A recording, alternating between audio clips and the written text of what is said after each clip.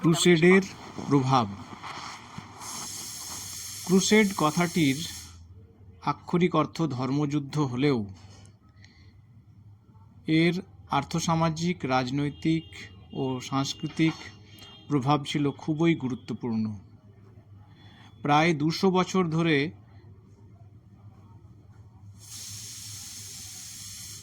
ক্রুসেডে ছোট বড় প্রতিটি দেশই কোনো না কোনোভাবে প্রভাবিত হয়েছিল। পাশাপাশি ইউরোপের সাথে প্রাচ্যের যোগসূত্র গড়ে উঠেছিল এই ক্রুসেডের মাধ্যমেই। পর্যায়ক্রমে ক্রুসেডের বিভিন্ন প্রভাব আলোচনা করা যেতে পারে। 1. ধর্মীয় প্রভাব। মূলত খ্রিস্টান জগতের ধর্মগুরু পোপ দ্বিতীয় আরবানের ঘোষণা অনুসারেই ইউরোপে ক্রুসেডের সূচনা ঘটেছিল। খ্রিস্টানদের পবিত্র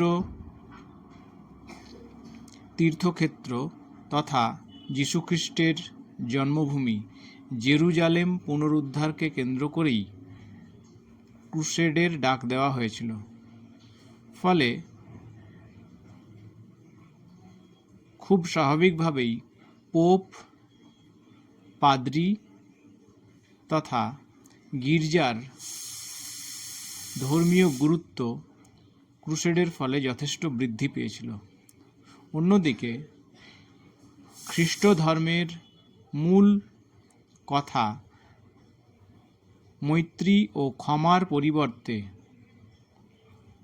শান্তি শৃঙ্খলার নামে হিংসা, সশস্ত্র আন্দোলন ও প্রতিশোধের নীতি গ্রহণ করা হয়েছিল।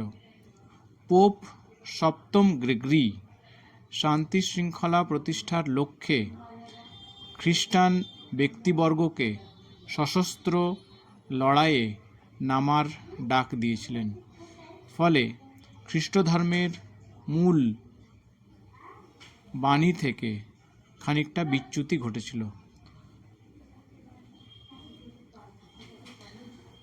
2. সামাজিক প্রভাব। সমাজের বিভিন্ন স্তরের মানুষ ক্রুসেডে যোগদান করেছিল। পোপ ও পাদ্রীদের কথা অনুসারে সমাজের বিভিন্ন স্তরের মানুষ ক্রুসেডে যোগদান করে ইহজগৎ থেকে মুক্তির পথ খুঁজেছিল। স্বর্গ লাভের আশায় ধনী দরিদ্র নির্বিশেষে ব্যক্তিবর্গ ক্রুসেডে যোগদান করেছিল। অন্যদিকে বিভিন্ন স্তরের সামন্ত প্রভুরা ক্রুসেডে যোগদান করেছিল বলে অনেক পুরুষ ব্যক্তির ক্রুসেডে মৃত্যু হয়েছিল। তার ফলে সংশ্লিষ্ট পরিবারগুলির নারীরা ভূসম্পত্তি অধিকার ও পরিচালনার ক্ষেত্রে গুরুত্বপূর্ণ ভূমিকা পালন করেছিলেন। এইভাবে সমাজে নারীর মর্যাদা ক্রুসেডের ফলে পরোক্ষভাবে বৃদ্ধি পেয়েছিল। 3. রাজনৈতিক প্রভাব।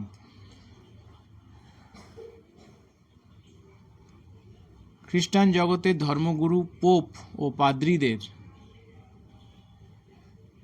নির্দেশে বিভিন্ন ইউরোপীয় দেশের রাজন্যবর্গ এবং সামন্ত প্রভুরা ক্রুসেডে যোগদান করেছিলেন।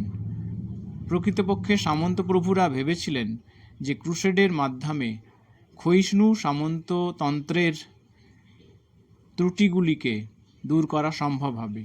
অন্যদিকে বিভিন্ন রাজা ক্রুসেডে যোগদানের পুরস্কার স্বরূপ পবিত্র রোমান সম্রাটের মর্যাদা লাভ করেছিলেন।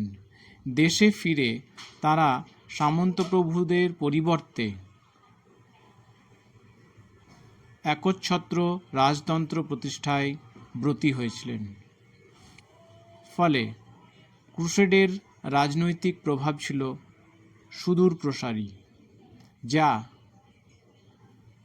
ইউরোপের বিভিন্ন অঞ্চলে রাজতান্ত্রিক রাষ্ট্র গঠনের প্রেক্ষাপট সৃষ্টি করেছিল। 4. অর্থনৈতিক প্রভাব।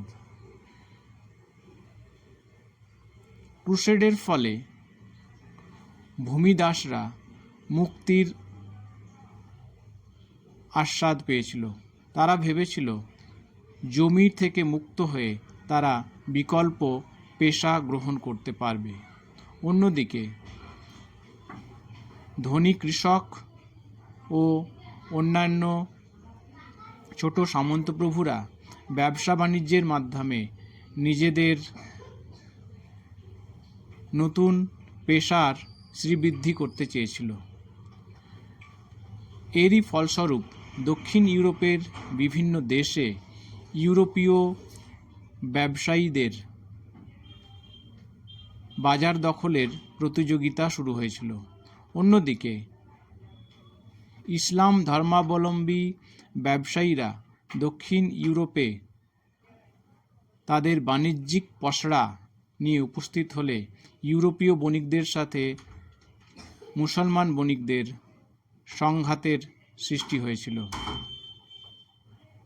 সুতরাং ক্রুসেডের ফলে বাণিজ্যিক প্রসারের একটা গুরুত্বপূর্ণ প্রেক্ষাপট রচিত হয়েছিল। 5. সাংস্কৃতিক প্রভাব। ধর্মীয় কারণে ক্রুসেডের আহ্বান করা হলেও এর সাংস্কৃতিক প্রভাব ছিল সুদূর প্রসারী। ইউরোপীয় সংস্কৃতির সাথে পশ্চিম এশিয়া তথা প্রাচ্যের সংস্কৃতির মেলবন্ধন ঘটেছিল ক্রুসেডের মাধ্যমে। পশ্চিম এশিয়ার উন্নত গণিত, জ্যোতির্বিজ্ঞান, চিকিৎসাশাস্ত্র ইউরোপের কাছে ছিল একেবারেই অজানা।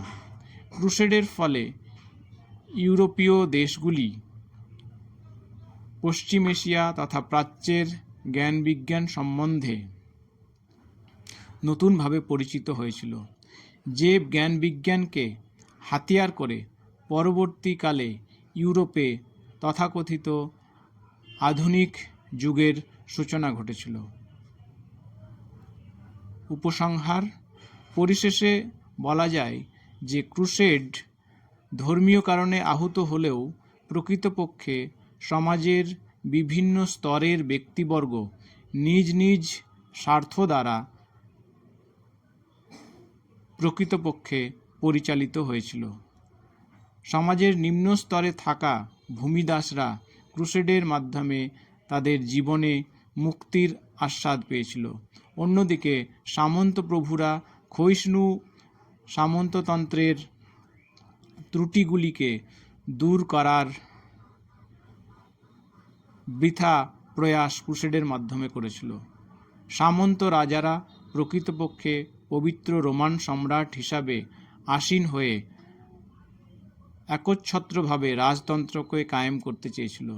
অন্যদিকে পোপ ও গির্জা প্রাচ্যে খ্রিস্ট জগতের প্রভাব বৃদ্ধি করা এবং ইউরোপীয় জনমানসে ধর্মীয় প্রতিষ্ঠানগুলির গুরুত্ব বৃদ্ধি করতে চেয়েছিল। সুতরাং কোনো একক সরলীকৃত প্রভাব এর মাধ্যমে ক্রুসেডকে বিশ্লেষণ করা সম্ভব নয়।